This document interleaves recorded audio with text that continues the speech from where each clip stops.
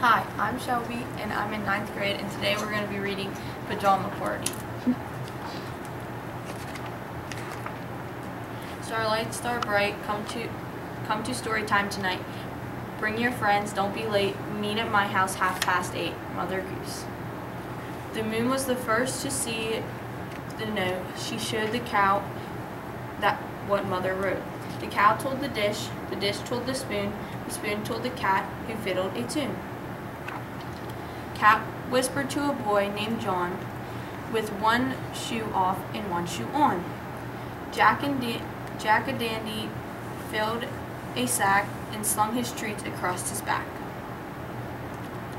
Wee Willie Winkle spread the word, and George Porry over his head, and told Bo Peep with one quick kiss, then shared it with another miss, who left behind her curls and went way and ran way past the bright bouquet. Mary picked one too, while Betty tried to find her shoe.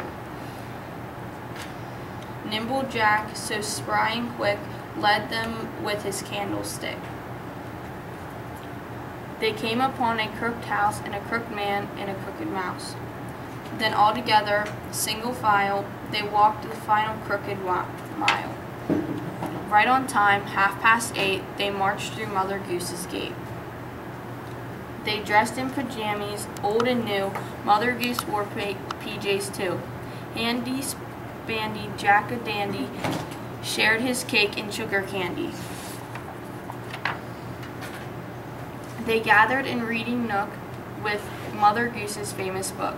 She read of those who sat beside her, dish and spoon and Muffet Spider.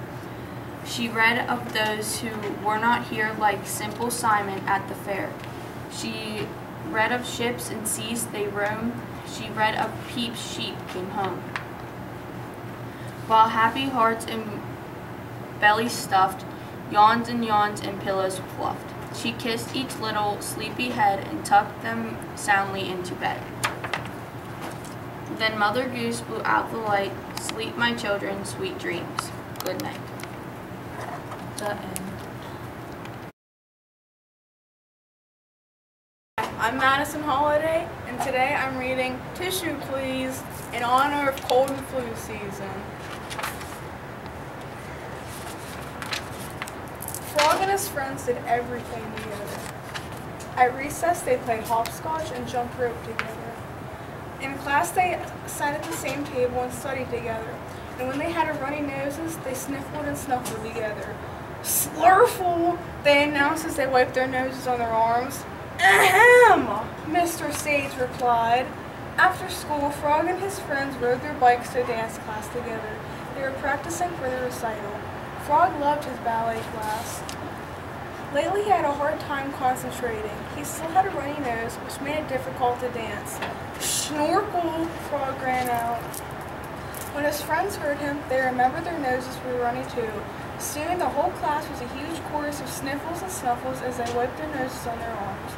Miss Tutu was so disgusted, all she could say was, yuck. At home, Frog was enjoying his dinner. Potato bug soup with fish crackers. He was in the middle of a big slurp and he realized he needed to sniffle. Slurf, Frog started. That's not polite at the dinner table, interrupted his father. Frog's mother leaped out of the room and came back with a box of tissues. Please use this instead, she suggested. Frog blew his nose into the tissue and was amazed at how well it worked. His nose felt great. And here is an extra to keep in your pocket, added his father, just in case. It was the day of the big dance recital. Frog and his friends jumped across the stage into place. The crowd oohed as the curtain rose. In the middle of his grand piles, Frog's nose began to run again. So he sniffled. It didn't work. Frog was getting ready for a gigantic snuffle when he noticed his teacher watching him off stage. Frog suddenly remembered. A tissue. Frog quickly hopped over and took a tissue out of the box on the piano and hopped back into place. He blew his nose and finished his ply on one grand move, waving the tissue high above his head. Friends Frogs were inspired. They each pirouetted across the stage, grabbing a tissue mid-twirl. Oof! They blew a loud symphony, then one by one they waved their tissues over their heads, danced over, and flung them into the trash. Miss Tutu was so proud, all she could say was, "Bravo!" The audience was impressed. "Encore!" they yelled. And from that day, on the Dance of the Tissue Box Fairies, it was a big finale of every dance recital.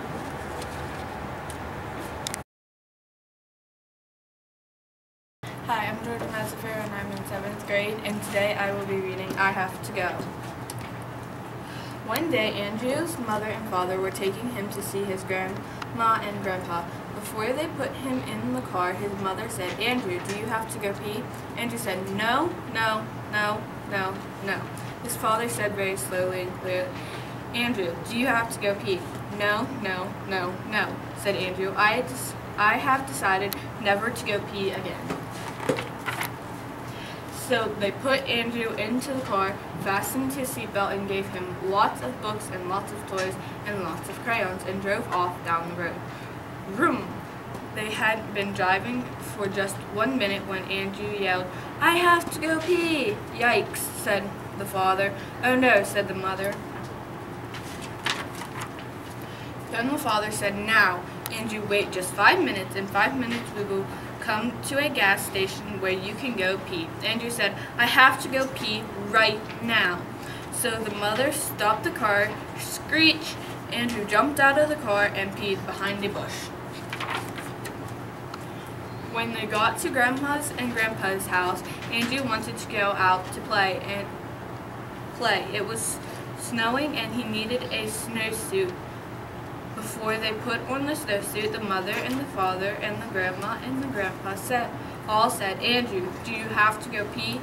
Andrew said, "No, no, no, no, no." So they put on Andrew's snowsuit. It had 5 zippers, 10 buckles, and 7 snaps. It took them half an hour to get the snowsuit on. Andrew walked out into the backyard, threw one snowball, and yelled, "I have to go pee!" The father and the mother and the grandma and the grandpa all ran outside, got Andrew out of the snowsuit, and carried him to the bathroom. When Andrew came back down, they had a nice long dinner. Then it was time for Andrew to go to bed.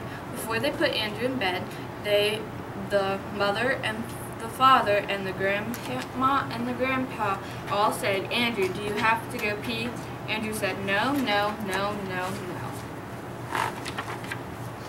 So his mother gave him a kiss, and his father gave him a kiss, and his grandma gave him a kiss, and his grandpa gave him a kiss.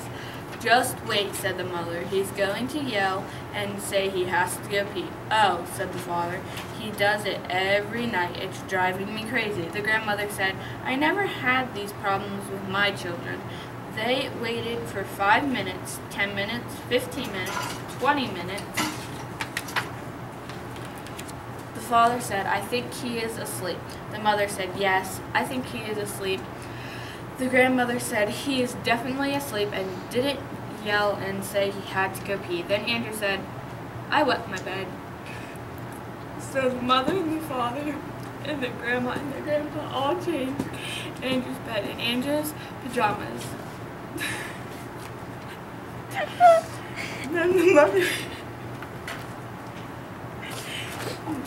Then the mother gave him a kiss, and the father gave him a kiss, and the grandma gave him a kiss, and the grandpa gave him a kiss, and the grown-ups all went downstairs. They waited 5 minutes, 10 minutes, 15 minutes, 20 minutes, and from upstairs, Andrew yelled, "Grandpa, do you have to go pee?" And Grandpa said, "Why, yes, I think I do." And Andrew said, "Well, so do I." So they both went to the bathroom and peed in the toilet, and Andrew did not wet his bed again that night, not even once. The end.